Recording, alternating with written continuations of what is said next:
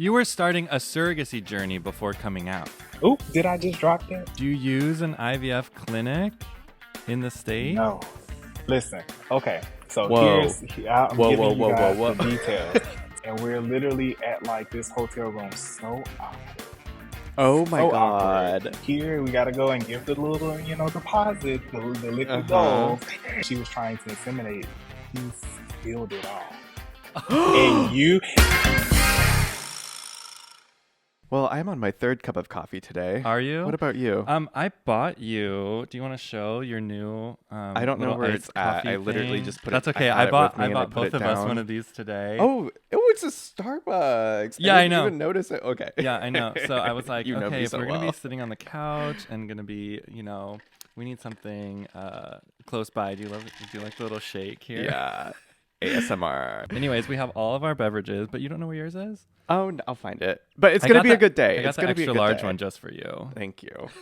The clouds are parting. The sun is coming out. Good things are on the horizon. And speaking of good things, we have a very special guest for this podcast today. I am so excited. We have followed this couple for years. Years and whether or not they years. knew that. They had a podcast for a hot second, and I listened to more than half for sure. Again, I don't know if they know that, but I was a fan. Michael. Huge fan. I didn't know this. They have a lot of wonderful stories that we're going to dive into today, and I'm just so excited. They to also have them two on. beautiful little ones of their own. Yes, of course. We're going to dive into it all. So, welcome to the Who's Your Daddy podcast, where we work to demystify the process of starting a family through non-traditional means, from foster to adoption to IVF and surrogacy. Come along as we navigate this tricky space on our own journey to fatherhood. From parents who have navigated these processes before to experts that helped pave the way, together we hope to gain insight and answer as many questions as we can. We are your hosts and husbands, Michael and Matt, and today we are going to talk to Jarius from Terrell and Jarius, and we are going to talk all about their journeys. Thank you so much for being here. Thank you. Look at that intro. I mean, come on. Down to the science. Yes. I'm getting flushed. Oh. Yes, we're so happy to have you here. We have been following you on Instagram and TikTok for so long. We love your videos. We've seen so many funny skits of you and your husband and your two little ones. And a lot of your just story in general, and like your guys' love story, your guys' family story, your guys' story as a couple. It's the transparency, visibility, being able to see your stories online, and for us to be able to see that and be like, we can have kids. We can do this. Yeah. Basically trailblazers. Thank you. Well, Jesus. Thank you. We're gonna gas you up. Right. But you know what? Like, I think it's just been such a unique journey, especially for someone, as young as we are, to be able to embark on these type of journeys, because I feel like when you think about surrogacy, the first thing that people think of is just like, oh my God, like, how am I going to afford that? Like, how is this ever going to happen? And I feel like, to 100%. be able to do it at such a young age has been like such a blessing, but we've learned a lot and been through a lot throughout the process, and so excited to get to share a little bit of that with you guys and your audience. Yeah, you guys started young. How old were you when you first started surrogacy? Really young. Okay, so listen, my husband is the most ambitious person in the entire world, and I will never forget being a 21-year-old senior in college and taking calls with surrogacy agencies in Mexico. And I'm like, you have got to be like the most bizarre person in the entire world. And he was so serious. And I was just like, I mean, it's just, dude, like, it's no way we're like going to be able to afford this. So like, I don't know why you're getting yourself like so caught up and wrapped up in it. But it's so funny because over the years, you start to learn that like, you just start to see your person, and like now that we've been together for so long, I can look back and I can be like, that's just who he is as a person. And Terrell truly believes that, like, if he has a thought in his mind, he can make it come to reality. And Mm. so we Mm-hmm. started this process technically when we were 21 years old, and then we got pregnant for the first time when we were 22. So at the Whoa. time, I don't know if anyone's like taken the record yet, but at the time we were like the youngest couple to conceive via traditional surrogacy. And do So you At still? that I time, my mean, God. at that time, that Yeah, aren't you seriously. still? Are there people younger than you that like can figure this out? I hadn't even listen, graduated college yet, and you Oh. guys were like family I planning. wasn't even sure if I could like have a long-term relationship How with long another had you man at been that point. together at that point? so we actually have been together since we were 18. And I mean, crazy enough, like, I mean, I don't, we've just had quite the story because Get into it.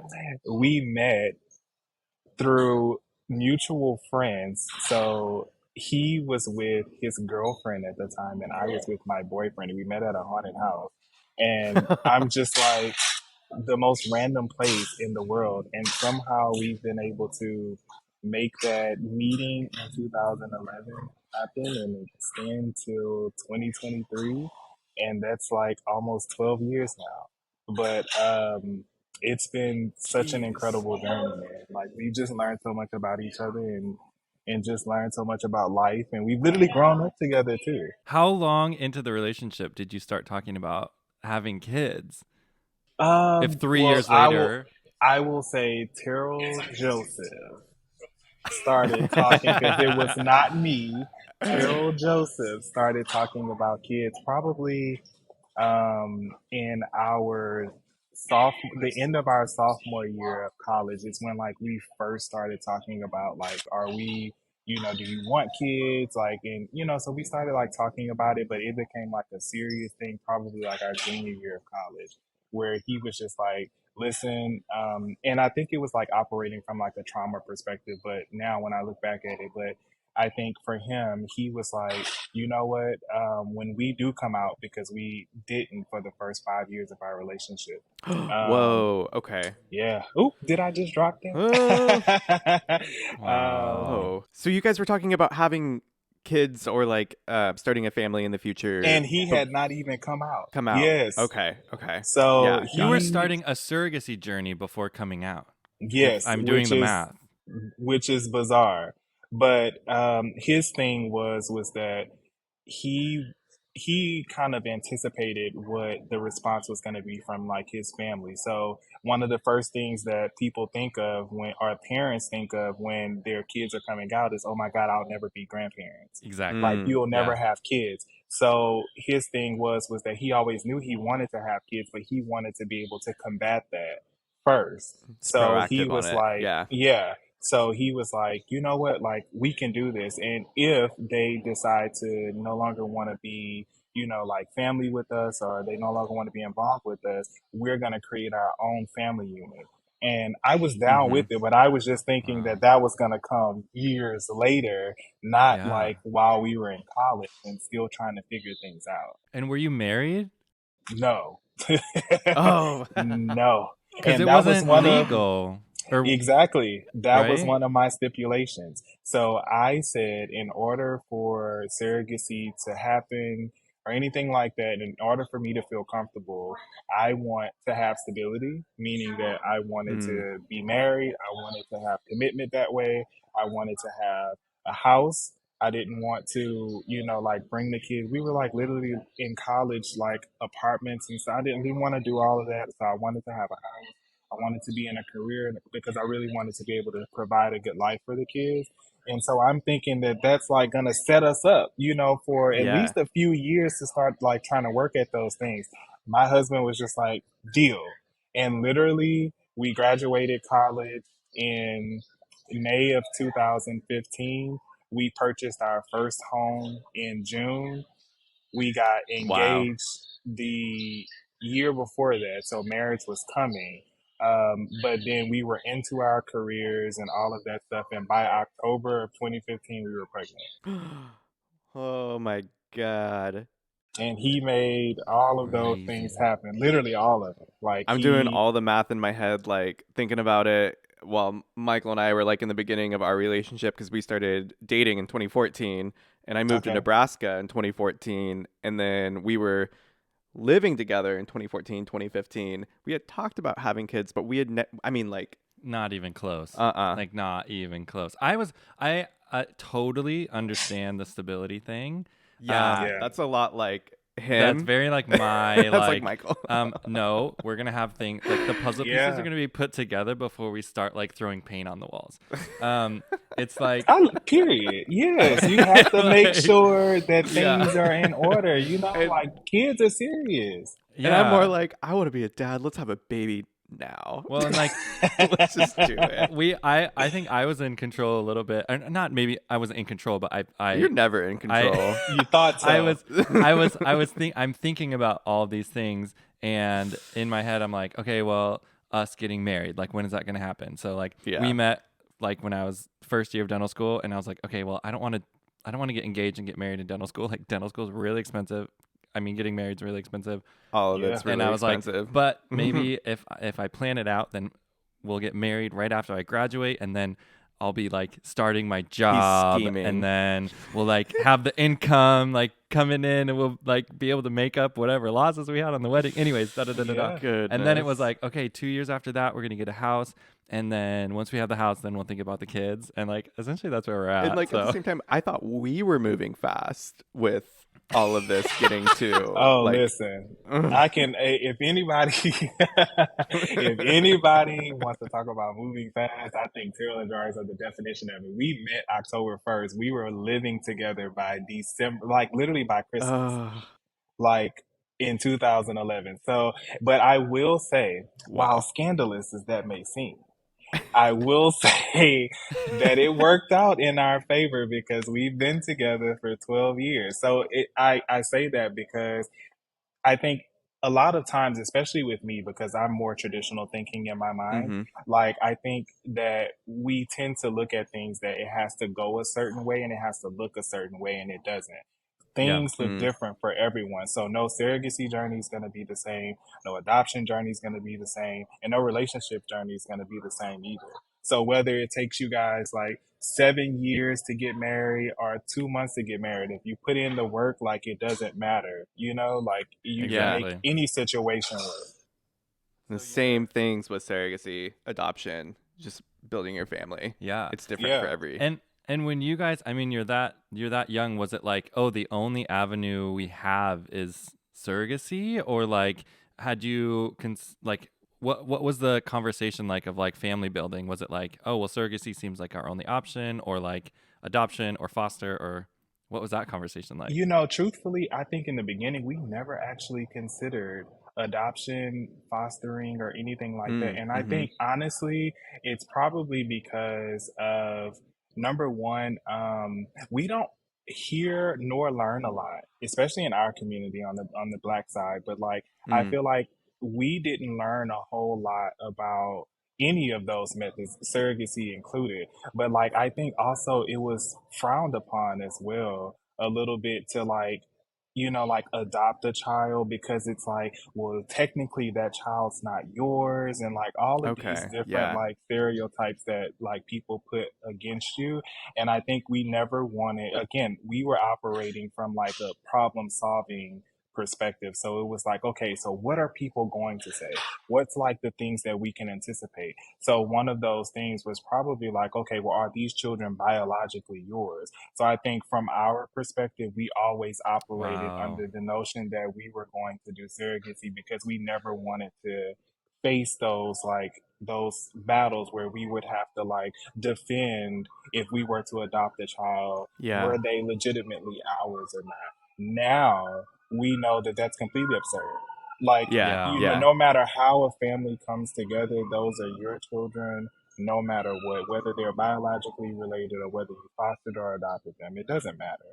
And It now we totally know, makes like, sense though with, in that situation of like before you come out, before you're married, you're both in yeah, college and you're starting this discussion and kind of starting that path, yeah, not knowing exactly how your families are going to take it and kind of being in a more like vulnerable life position as Yeah. far as Yeah. stability goes. Yeah. Um, no, that totally makes sense, and it completely changes like the outlook of how you start your family based off of Yeah. those factors. And then I also feel like, when you're that young too, you care so much about like what people think and what people are going to Yes. say. And nowadays, Mm. like I could care less. Like I mean, especially like with regards to my family, because I've had to put up some very, very hard boundaries, and I don't compromise on them anymore because I feel like life is already so hard. Like Yeah. we already go through so much, especially being gay. So it's just like we already go through so much, in life itself. I literally do not have time to be concerned about which way I'm going to bring about one of the most happiest times in our lives because I'm trying to please someone else. Done with that. So it's like, nowadays Yes. I'm just like, I Mm. hate that I even operated from that mindset. But again, I feel like while podcasts like this is so important because you get to see the journey from so many different people, and you get to see like what they've learned and what they've taken away from it, so that way people don't have to go through the same things, and so that people don't have Yeah. to like encounter the same, like head traumas and mistakes and things like that. You can operate, because if I would have had this information back in 2015 when we were like really getting into this, maybe I would have made a different decision and not gone through surrogacy. Maybe I would have adopted. Maybe I would have fostered, Mm-hmm. So hopefully with 100%. this new information that like people get the wide array of options that they can really explore and not have to be hyper fixated on one way. Right, right. Exactly. So you're just graduating college, buying a house, getting married, and how did you navigate surrogacy with no like resources? You mentioned you were in like how does one even do that? Where did you start? You said something about agencies in Mexico. It's like how did Yeah. that? So here's the thing. Terrell and I have always been crafty. I like to use. We worked full time through college, so we did not have the Wow. traditional college experience that most people had.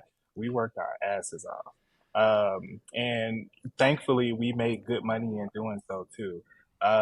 But with that, it allowed us to be able to save a lot. It allowed us to be able to Oh, that's smart. really Yeah. get set up so that way when most people are coming out of college and they're like getting those first like entry level jobs and stuff, because we had worked um and we worked in sales too, where it was like commission based, and we just so happened to be really good at it.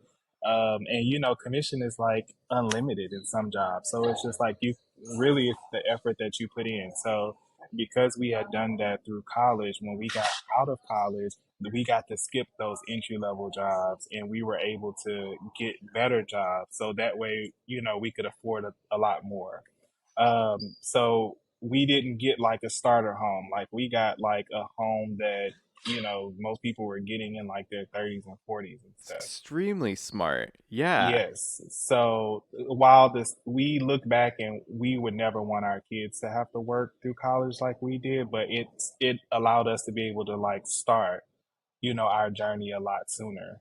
But then when we looked at like options in Mexico, it was like, okay, like the total cost of surrogacy was like maybe like on the cheapest end was like maybe 35 to 40K or something like that at the time. And then I think on the higher end, I think it was like maybe 80. So Terrell doing his little calculations in his head, he's just like, Mm. well, if we dedicate this much, and we Right. can do this, we'd have to pay this much a month. And I'm just like, Terrell, I don't see how the math ain't mathing for me. I'm just like, because I'm trying to think of how I'm gonna factor in getting to Dubai first class, and I'm trying to think, Yeah, right. how we gonna be able to go shopping and all of this stuff. And And he's this was like, like yeah, 2015.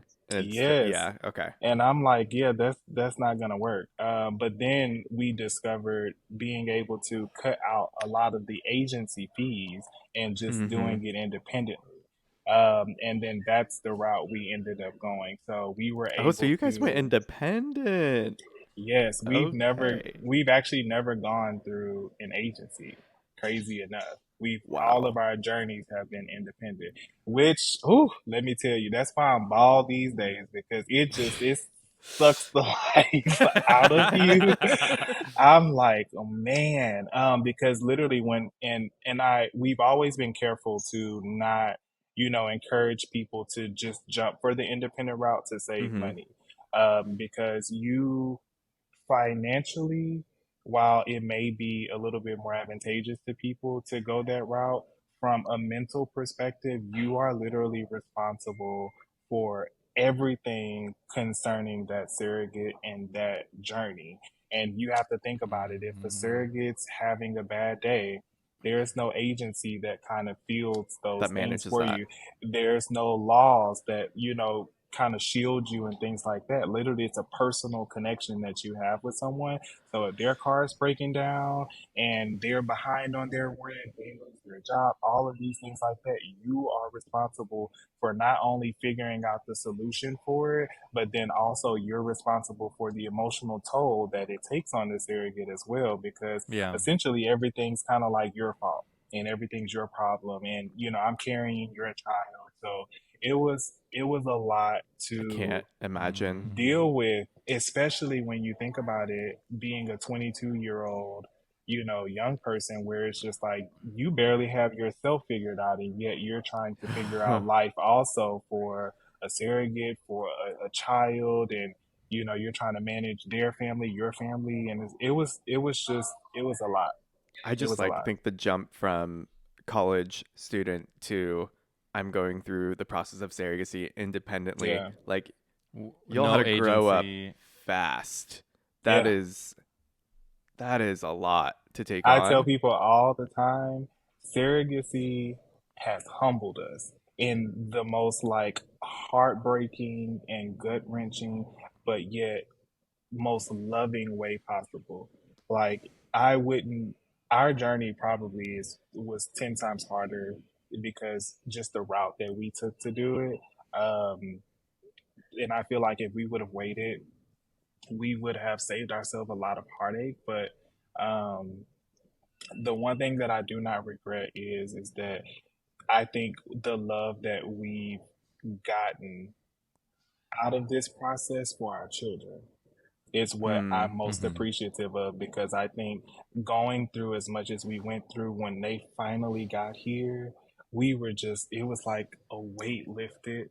And all we wanted to do was just like wrap our arms around them and just love them. And honestly, I don't know if that would have happened the way that it did if Right. we had not gone through all of what we went through with service.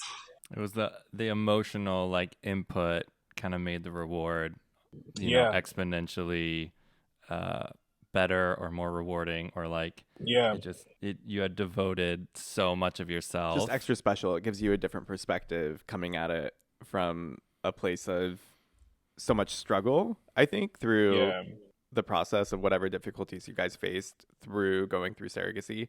And then once you finally get to the point of holding your baby, it's kind of like, wow, you know, yeah, had to go through a lot to get there.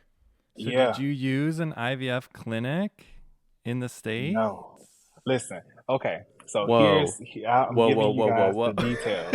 So my husband Yes. is doing his little research and is on the Google and typing in all kind of stuff, Mm-hmm. and he comes across this little product that's $80 and it's sold at CVS, and it's called the Stork OTC. I don't even think it's they're in business anymore, but yeah, it was called The stork. the Stork OTC. And so he was like, we were getting ready to write a check for like maybe $6,000 to do like IVF, because at this point we found our first surrogate. Mm-hmm. And just to kind of connect the dots for people as well, we found our first surrogate through a surrogacy group chat Oh, on wow. Facebook. And so we connected with her. She was actually um, trying to get information and research herself, because she was thinking about becoming a surrogate, because she was told that she would not have children on her own for I forget whatever the reason was, but then she ended up getting pregnant naturally, and she felt like, well, I want to be able to help someone out because I was told that I would never have kids, and now I know what it's like to finally have children. So I'd like to give back in that way. So Hmm. we like connected, and we ended up meeting. Went through some evaluations that we had to pay for independently, but then we ended up getting a contract together. Boom! Now we're in the surrogacy journey. So once we actually got into the process, Terrell was just like, "Oh my god, I just found this product. Like, what what if we like just tried this first before we wrote the check?" And I'm like, "Okay, like whatever." So we go and meet the surrogate, and we're literally at like this hotel room, so awkward, Oh my so awkward. God.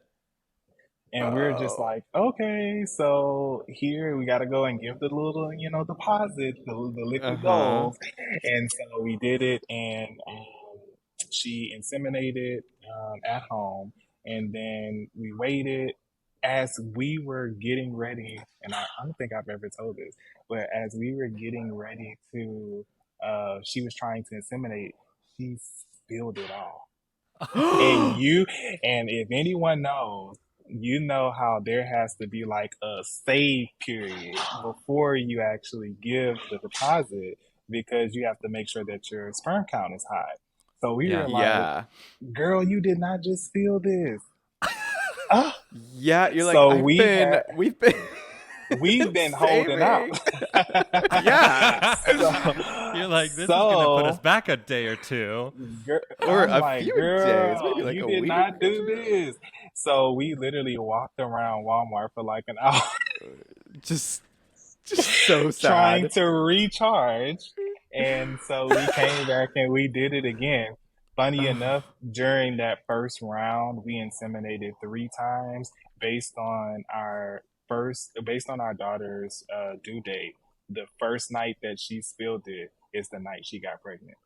Really? Crazy enough, yes. No So way. we ended up getting pregnant on the very first attempt of the very first cycle try, With the which is stork. crazy with How the did stork. you how With the did stork. you did you just time her cycle?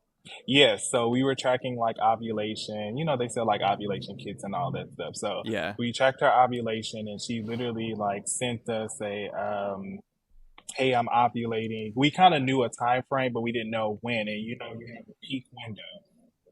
So we were like, okay, she's going to be ovulating during this time. So we were kind of mentally preparing ourselves to get to her. But then she randomly like tested one night, and she was just like, hey, I got a smiley face. And that's like, you have a 20, I think 24-hour window to get to her before, the peak When ovulation it is says that over. there's yeah, okay. When the ovulation's Right. happening. Got it. So we literally dropped everything, rushed to her, and she was like 6, almost 7 hours away from us. So, and at this time, we Oh, spending so wow. much money with the house and surrogacy and all that stuff. We weren't flying these days, so we had to Right. Right, drive. Oh my right, gosh. So we had to drive and go to her. But we did that, and so yeah, it ended up working that very first night and on her first cycle. So we were successful on the first attempt, and we got all the way up to 20 weeks, and it was 19 weeks and 6 days. And the reason that's important because the doctors would not do a single thing to intervene until the baby was exactly 20 weeks Oh at the wow. time. So Okay. one day short of them even trying to save her, but we literally got a call in the middle of the night. And Terrell was actually, he had just gotten a promotion, so he was away and he was training. Um, and I was at home, and um, I had actually decided to quit my job 2 months prior because just I was learning a lot about how corporate America works, and I Mhm. Yeah. I didn't agree with it. Um, so I'll just leave it at that. But then I decided to quit my job, and so I was actually out doing Uber. at the time to make sure that we could pay for everything. And I was like Ubering literally all day to try Oh my and make God. as much as I could. So I remember getting a call from Terrell, and he was literally hyperventilating. And I'm thinking Oh no. that he was like trapped in a car. He had gotten in a car crash because he literally couldn't breathe. Oh And no. my heart literally dropped. And I'm like, what is going on? And he said, we lost Aubrey. And so immediately, like, I feel this sense of relief because, like, okay, he's okay. But I'm like, we lost Aubrey. I'm like, we just saw her 2 days ago. What do you mean, like, we lost her? And I'm thinking, like, something clearly he got something wrong. And he's like, I don't know, just like call the surrogate. And so I call Oh her, no. and she's on the phone crying. And I'm like, are you like, what's going on? And her fiance at the time tells us that um, she had a miscarriage, and Hmm. she felt like stomach pain. She decided to go and try to use it, and she just felt like a gush and her water broke. And so I literally drop everything. I drive to go to her by myself, and I remember feeling so defeated, y'all, because I had to like pull over like 3 times because I kept falling asleep. And I just remember, I'll Oh. never forget that feeling because I just remember feeling like, our daughter needs us, and I Yeah. can't even like stay awake, to get to it.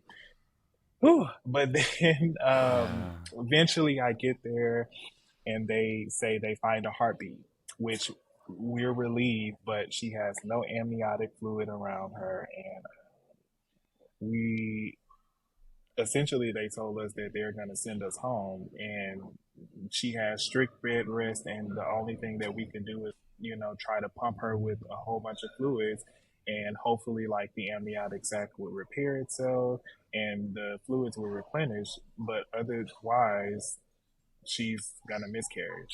And so Terrell finally drives from North Carolina, which was probably a like 10, 11 hour drive. He Oh my finally God. gets there, and he's like, so they just sent you home? And he was like, okay, we're gonna go get a second opinion.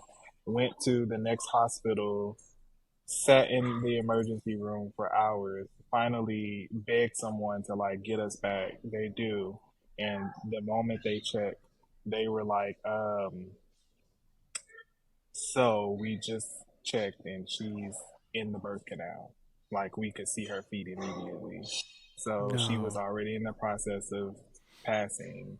And so at this point, they were just like, the only thing that we can do is hope that, somehow her lungs are developed enough to know how to breathe on her. And so literally we just sat there and prayed and prayed and prayed and hoped for like the best outcome. And they take her out and they put her same bed that normal babies are delivered on with the heater and stuff like that. And unfortunately, she was not alive. Mm-hmm. And that was just like probably the most heartbreaking thing that we have ever gone through. And I remember being in, before the actual, when they said she was in the birth canal that we were waiting, I remember Terrell and I just had to like get out of the hospital, and we drove down the street to like an auto zone, and we sat in the back of the parking lot. And I remember being so terrified because again, we were 22 years old at the time. And I'm just like, Jeez. Terrell, like, what if we just like go home? Like, we could just go home and, never look back, and like we could just skip this part. And he was like, no, we have to face it. And so we went back, and that's what was waiting. Um, but again, I say all this to say because, again, this journey has just been such a roller coaster for us that it just really makes us appreciate where we are today, and to be able to see our family finally come together, because it's just been a rough ride. I just can't imagine the emotional weight of that. Pursuing independently in the sense of like that call goes to you and then Yeah. after a day of, I mean, you worked all day, and then now it's like you have to drive 7, 8 hours to then experience something like incredibly Lost, yeah. traumatic and difficult, that kind of loss. It's Wow. Yeah. I difficult didn't. for anyone It's to rough. experience, but like, yeah, and at such a young age too. Yeah. That's just, Uh, that's a lot that you Yeah, guys it's a had to go lot. through. But you know what? I will say this. I like giving that part of it because I think it helps people outside of our community see the humanity in what we have to go through to become parents. Because mm-hmm. there is a big opposition of people who feel like we are undeserving of parenthood and to experience Right. that type of love. And I just don't know what person would subject themselves to going through something so like heart wrenching like that, and you can look them squarely in the eye and tell them that you don't deserve to have Yeah. To that have a type of family. like love. Yeah, I mean it's just absurd to me. But the other end of it is a very very promising like future, and so eventually, we decided to try again, and we went through array of different emotions. We didn't know how to just like one day go from expecting to just the next day, just you wake up and it's just like you're not looking at the Right. apps anymore, you're not expecting a child anymore. So, like, I was like, crazy enough, I'm the person who opposed surrogacy as much as I could with Terrell, but I was the person that was just like, we have got to figure this out. Yeah. Right. So Right. eventually we get back on the saddle. We explored adoption. We explored surrogacy again. And we ended up going through meeting a person who privately again, we ended up meeting a person who was like, she gave us this whole story about how she just delivered. It was a baby already here. And it was like maybe 30 minutes from our house, which was Oh perfect. We wow. like met up several times, prayed together, like all of these different things, only for this person to turn out to be an emotional scammer. So she didn't want money or anything, but she literally just wanted someone to, for that brief period of time, someone to just emotionally be there for her and to make her feel important and But the valued. whole thing was The made whole up. thing. Made up, no baby, What? There was no baby. nothing. I've never No heard of baby. an emotional scammer. It is a thing, and it's a thing that happens a lot during the adoption phase, especially if you're doing it privately, but it can also happen through an agency as well. But anyway, I'm like, how evil, like, What in the world? to do something like that. But How anyway, long did we that went like how long did that for interaction like last? 4 days. Oh my But that's a gosh. For freaking roller coaster What? to But when be. you think about it, when you think about how quickly, adoption can happen, Yeah. where a mother goes to, a hospital and she says, hey, I'm delivering this baby and I want to give it up for adoption, people are reaching out every which way trying to figure out someone, to adopt this child. So we thought we had to move so quickly. And So how while did you it was get only like, connected to this person? it was through an adoption, like matching website. Okay. Yeah. But she like read like our profile and like all of these things and reached out after like 4 days, and it was like 4 days of like us getting pictures, us like Jeez. yeah, like just all kind of stuff. Anyway, we get through that, meet another surrogate, and then that ended up not working after trying for a couple of months. And then we ended up finding the most amazing surrogate who was everything that we wanted in a surrogate, but she had the hardest time getting pregnant. Hmm. And so we just did not have the heart to tell her, hey, we're going to have to move on. But Yeah. essentially, we were just like, she's not going to get pregnant. So we were like, okay, well, you know what? We're going to try one more time. But in our mind, knowing that it's not going to work, we were like, let's go and find another surrogate. Long story short, new surrogate comes in, gets pregnant immediately. Yes, exactly what like we wanted. Old surrogate tells us that she indeed got a no. few weeks later, Mm-hmm. calls us back and said that no was a false no and that it was actually a positive. And here we are, pregnant with two children who are 5 weeks apart. Oh my So I God. don't know if you've heard that story. But I Insane. remember you guys telling that story. I don't remember where I heard it, but everyone thinks that they're twins, right? Like They're most not. they're not. They're 5 weeks apart because They're siblings. we thought it was a no. We waited 5 weeks. We tried again, and both ended up being yeses. Isn't that crazy? Yes.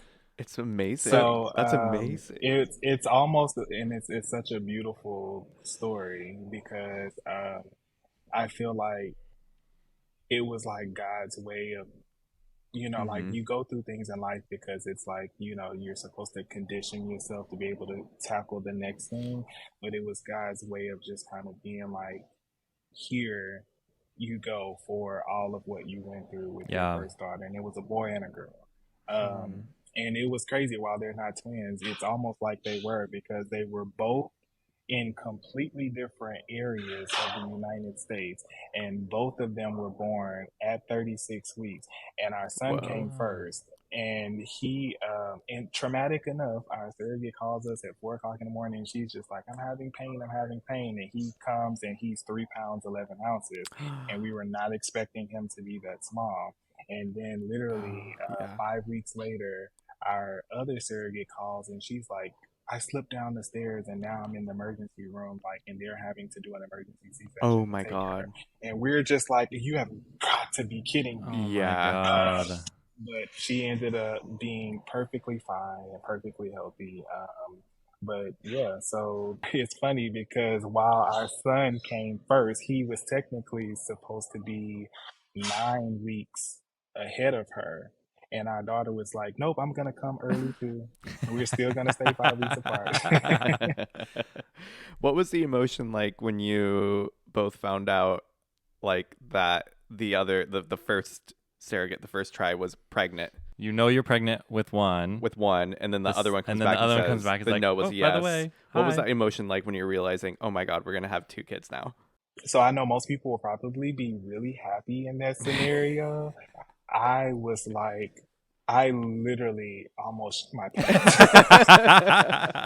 because I'm Very like, valid. it's no way that I am like, ready for two kids. Like, you just for years at this point, you've been thinking about, your life with one kid and like being responsible for one kid is already Yeah. hard enough, but two, and then buying two of like everything and Yeah. emotionally being ready to handle two kids, like it was a lot.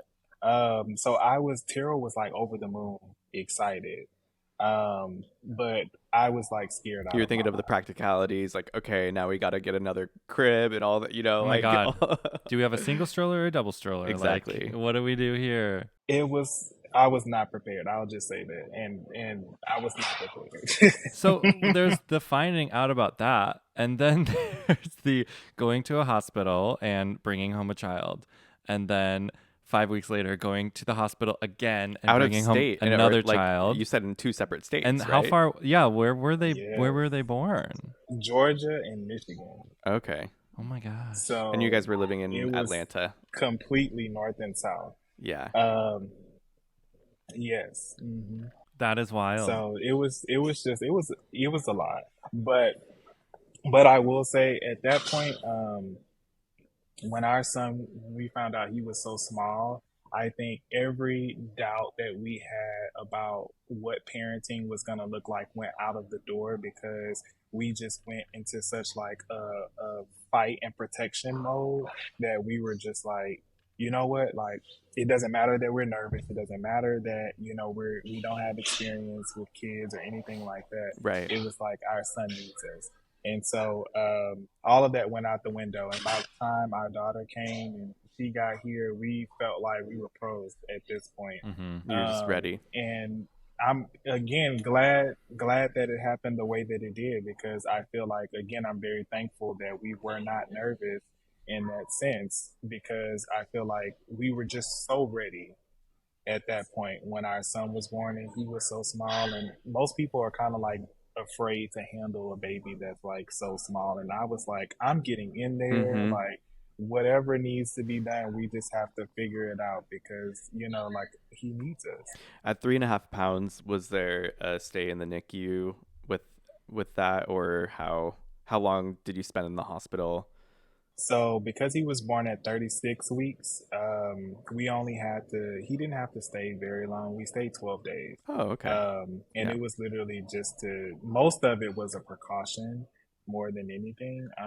But he had to learn how to like feed and stuff, but he got it really, really quick. Good. But it Okay. was literally the first like 4 or 5 days was really just because they were being more cautious about his size more than anything. But our little guy was just like, I don't need none of this stuff. Take that breathing tube out. Like, I don't need that. Let's go home. Let's go.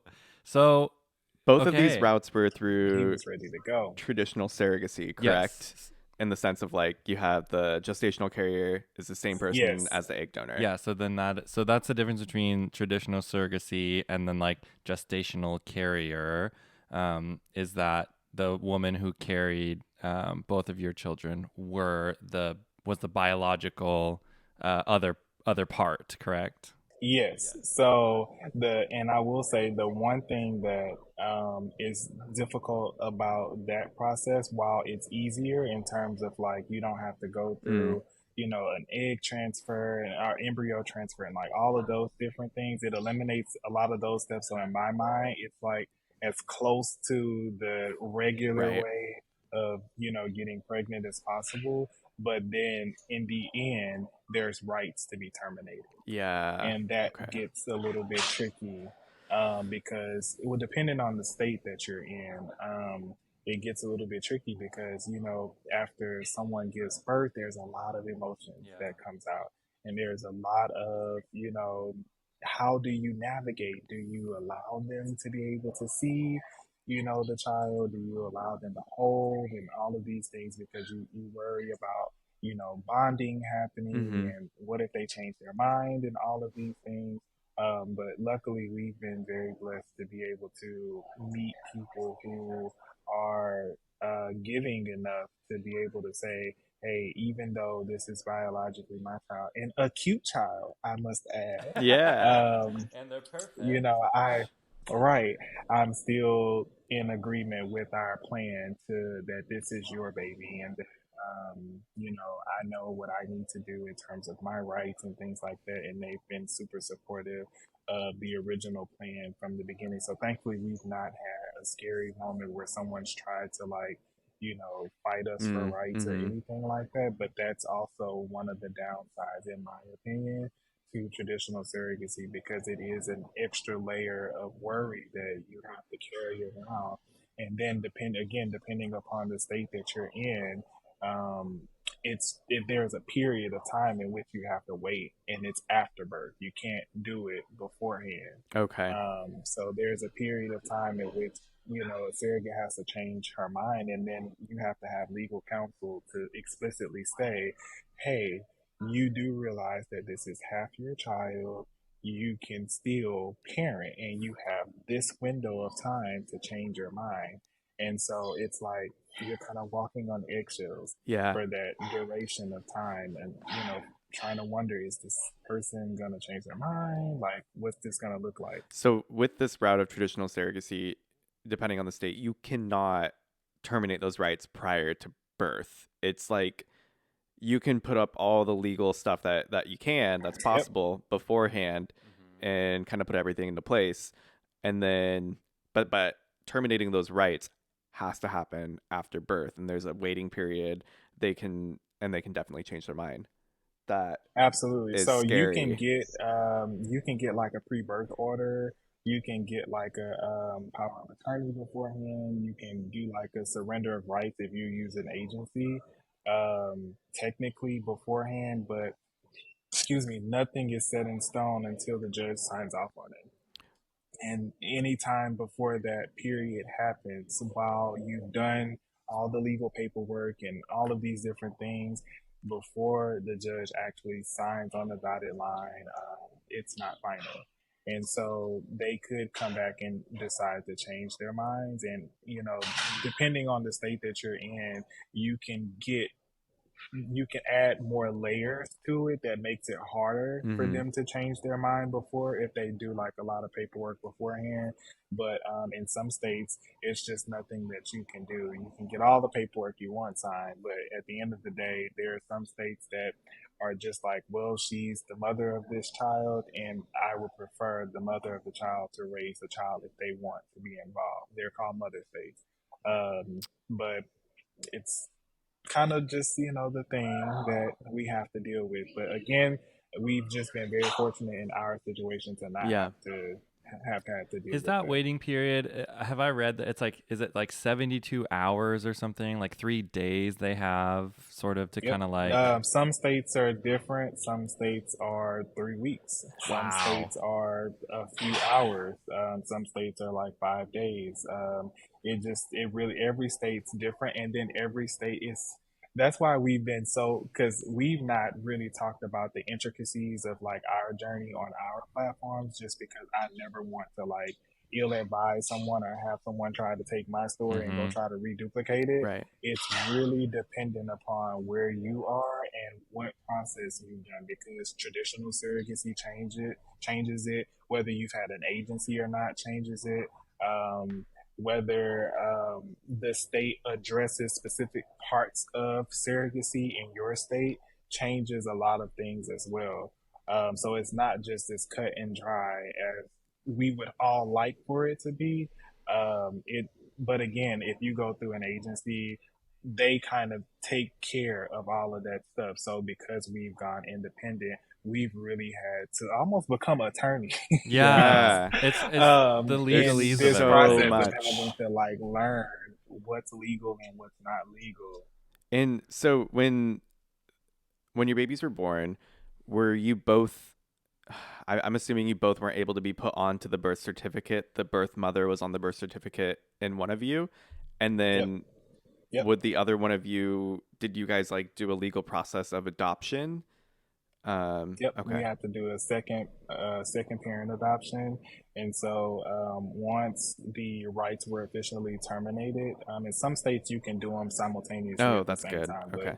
but once the rights were officially terminated, we were able to do a second parent adoption, and that was main focus from the very beginning, so that we both could be on the birth certificates and that there would be no question as to who was the parent of this child, but we would both be recognized as legal parents and not a guardian or anything like that, but Yeah. legal parents of our children.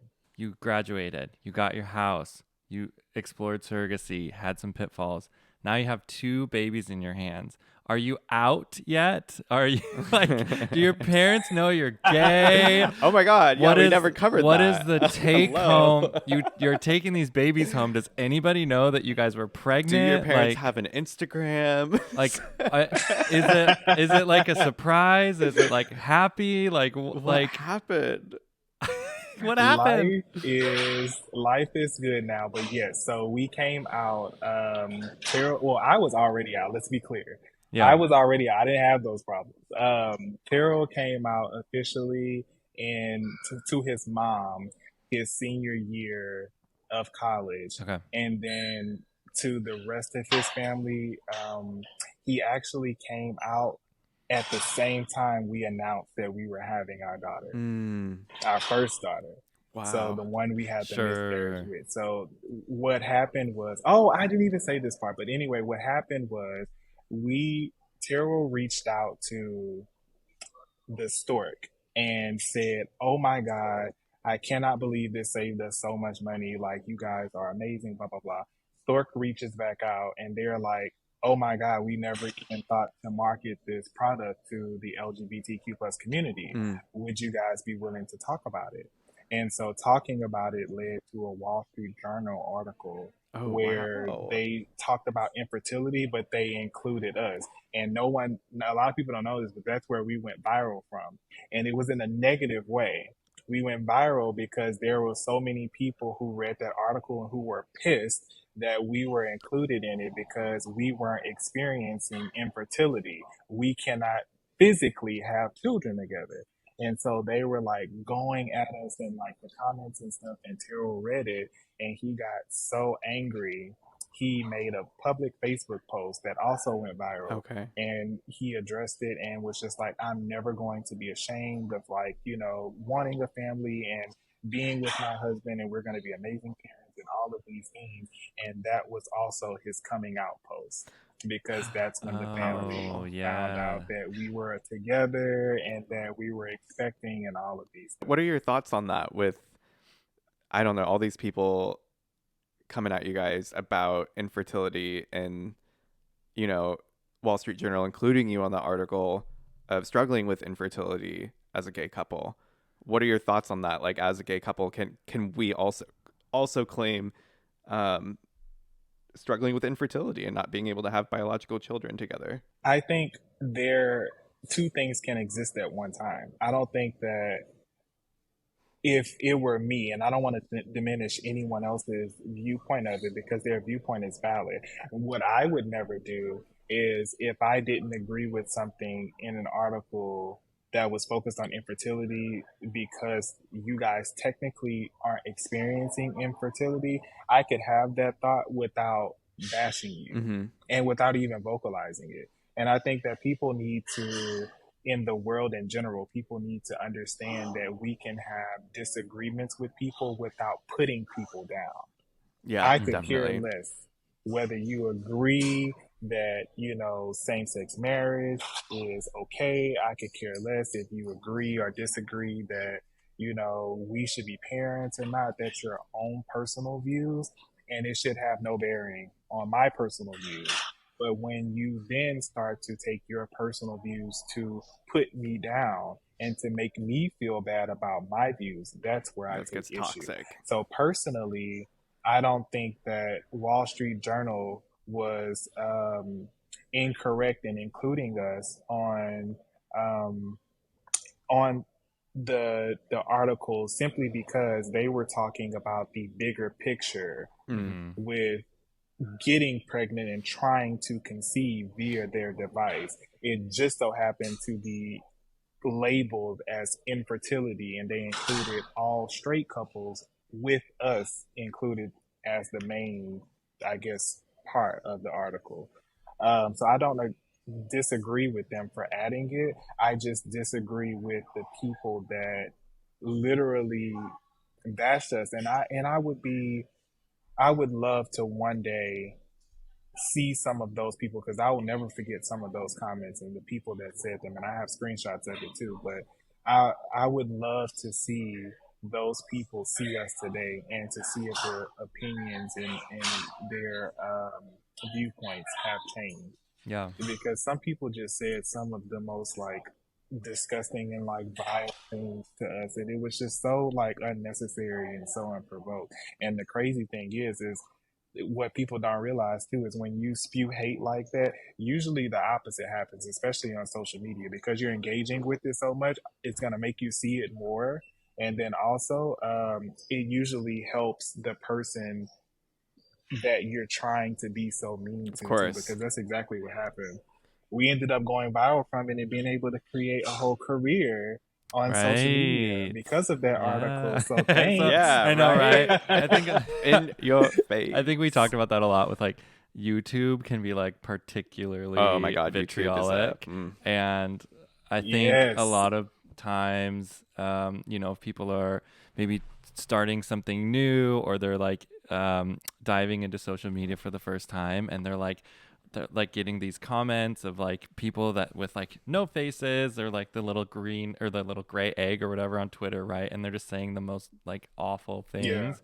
It's like the best thing you can Yeah. do is just say thanks for the engagement, and like like Mm-hmm. just move on, right? It's like, if you want to put all these Oh my comments on gosh. here, oddly enough, that's going to help promote this, and hopefully more people who it will benefit will see But I it. also really like We'll that. see it. Yeah. I really like that point that you're bringing up with the commentary on the Wall Street Journal article and everything, because it does like highlight how the viewpoints of LGBTQ families is shifting and continuing to shift.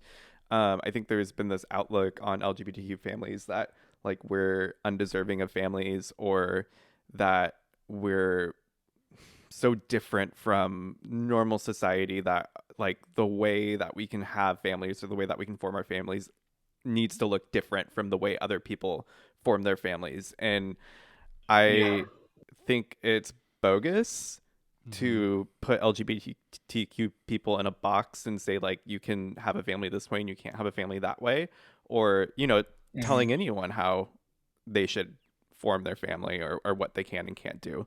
So just being able to like recognize that, um, just because when you have two men together and one of them doesn't have a uterus, that doesn't mean they don't struggle with infertility. They Right. still Yeah. have the desire to have biological Well, children. and if anybody has followed your guys' story and seen the life that you've given your kids, I don't think anybody can argue that LGBTQ people aren't deserving of being parents. Like it's like so unreasonable to not to like just assume something instead of like seeing somebody's story, looking at how invested they are in being Yeah. parents and appreciating like all the hurdles that you have to go through and just like how emotionally invested that makes you and like the motivation that that pushes you forward with to like I mean it sucks that you have to prove them wrong or or you like maybe that has Don't have to prove entered them wrong, you don't have but to prove that them Yeah. wrong kind but of but you're like you kind of have that it just sucks subjected because to it. you don't have that in the back of your head if you're in a heterosexual couple necessarily, right? Like No. no one's like, "Ooh, I Yeah. don't think you can be parents," like you just you two Yeah. can make a baby together and then we are assuming that you're going to be good parents because of your biology and that is like not the case at all. So, anyways, I'm so glad. Oh my God. And then let's like that's such a such a good point because and then also what people don't realize too is on the back end of it, even if you're biologically related to the child because it's labeled surrogacy, you still have to prove to the government that you're fit to be a parent to Mm. do the second parent adoption depending on the state that you're in. And so like we've even had to do home studies.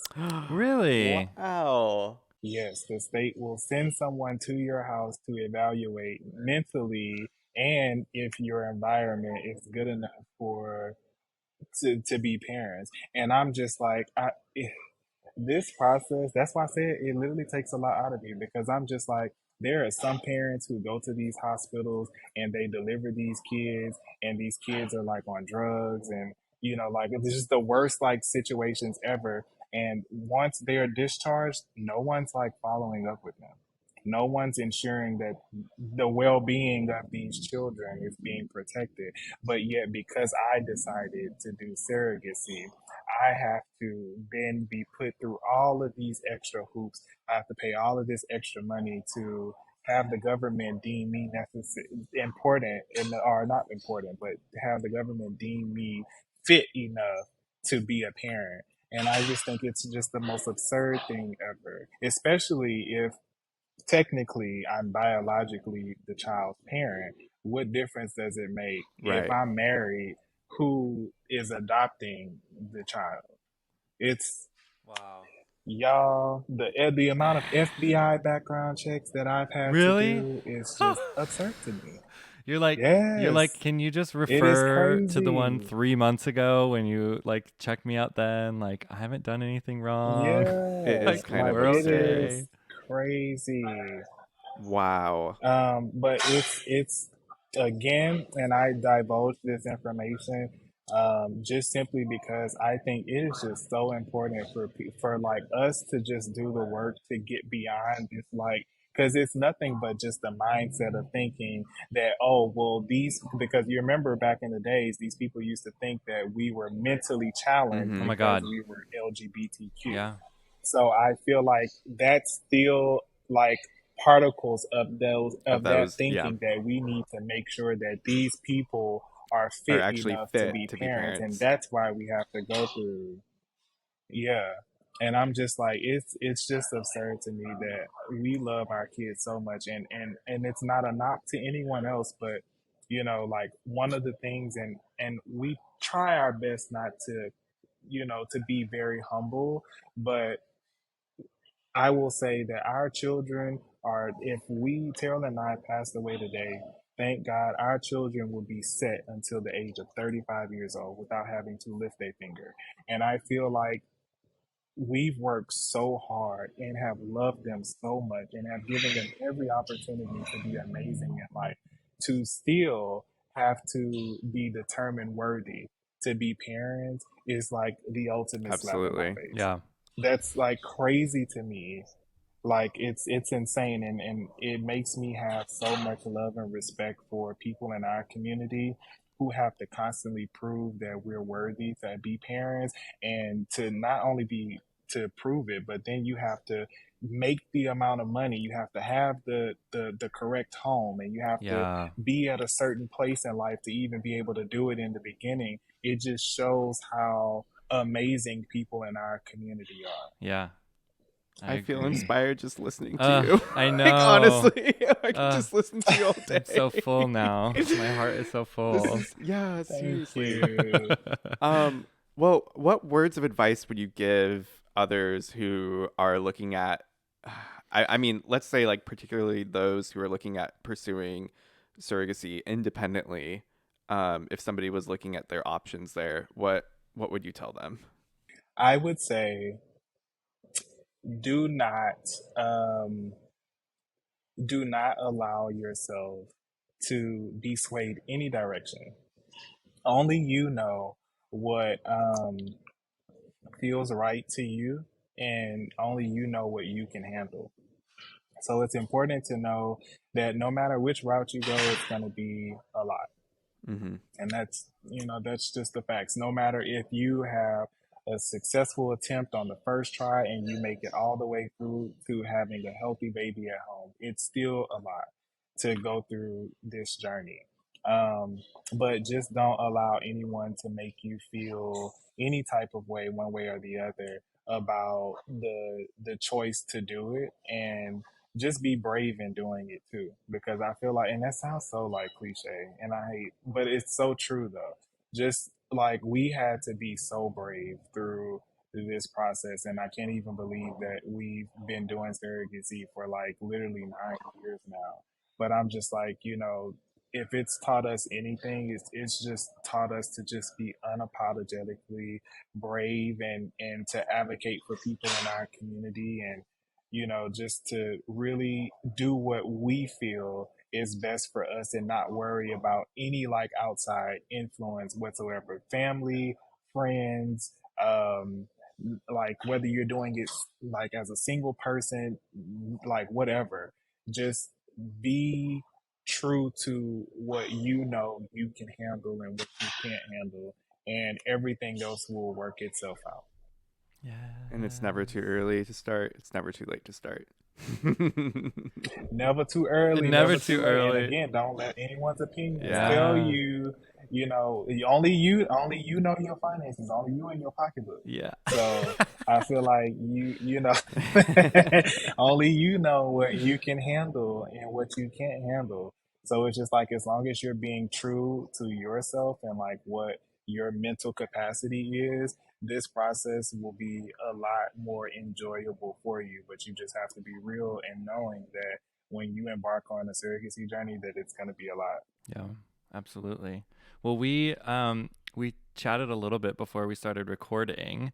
I wasn't sure if there was anything that you wanted to include from that, or if there was any part of those announcements that you wanted to include. I will say this: we will be coming out with a more in depth explanation of our journey, to make sure that people who really want to learn from us can do so in a way that's going to take you on a literal emotional roller coaster. And I'm really looking forward to getting to share that soon with Yes. everyone, and especially you guys.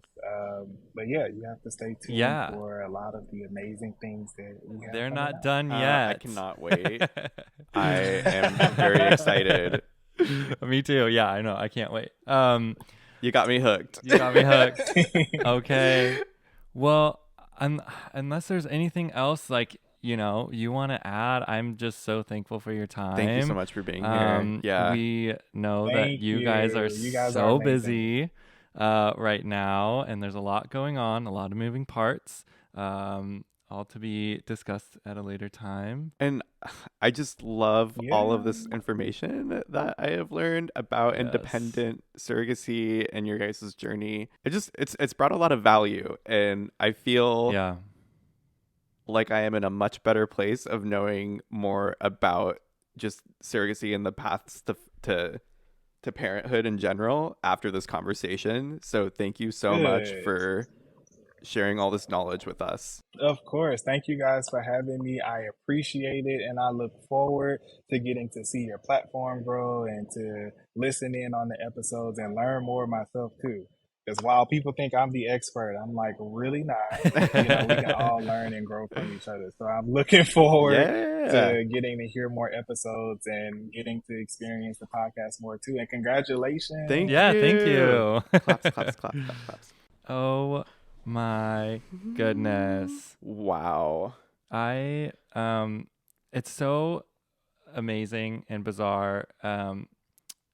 Just like reflecting on our social media like journey and how these people that we've seen and I've looked up to and I've listened to their stories for so long.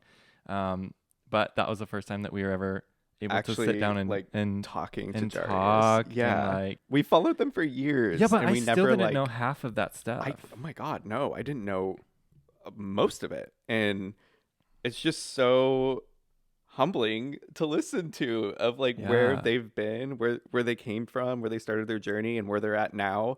21 years old. I Yeah. can't It's insane. even fathom. Like, Because I met you when I was 22. I was 24 when I met you. I can't.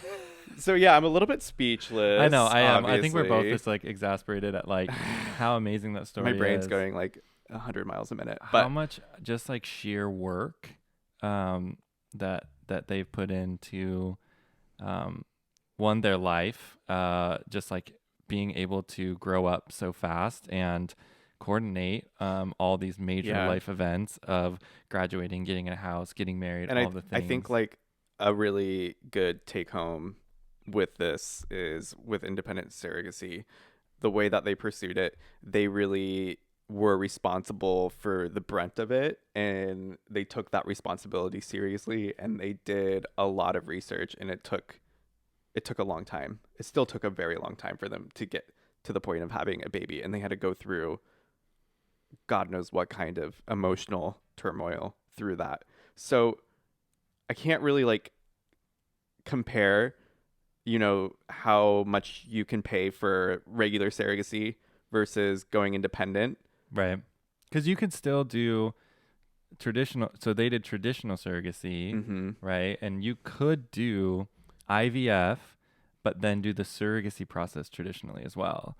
But they sort of did like a traditional surrogate and independent surrogacy, and then Yeah. compared to, the middle ground of doing the IVF clinic, embryo transfer, gestational carrier, and then, handling the surrogacy contracts on your own versus then having IVF. Yeah, I just and have the agency. take home of like all of that emotional pressure and turmoil that can come with it. Just navigating all the legalese of everything. Like he said, That too. he's like, we had to basically become lawyers, And- which is true. Like that's so much a part of this process. Up and until the point until like 3 days after birth, are they not like given the rights to right. the baby? And still in like the eyes of the government, that baby could it's not guaranteed that they're gonna have Yeah. the baby. It's up to the birth mom. So it really, yeah, wow. Ooh, there's a lot. Whew. That's the episode. That is the episode.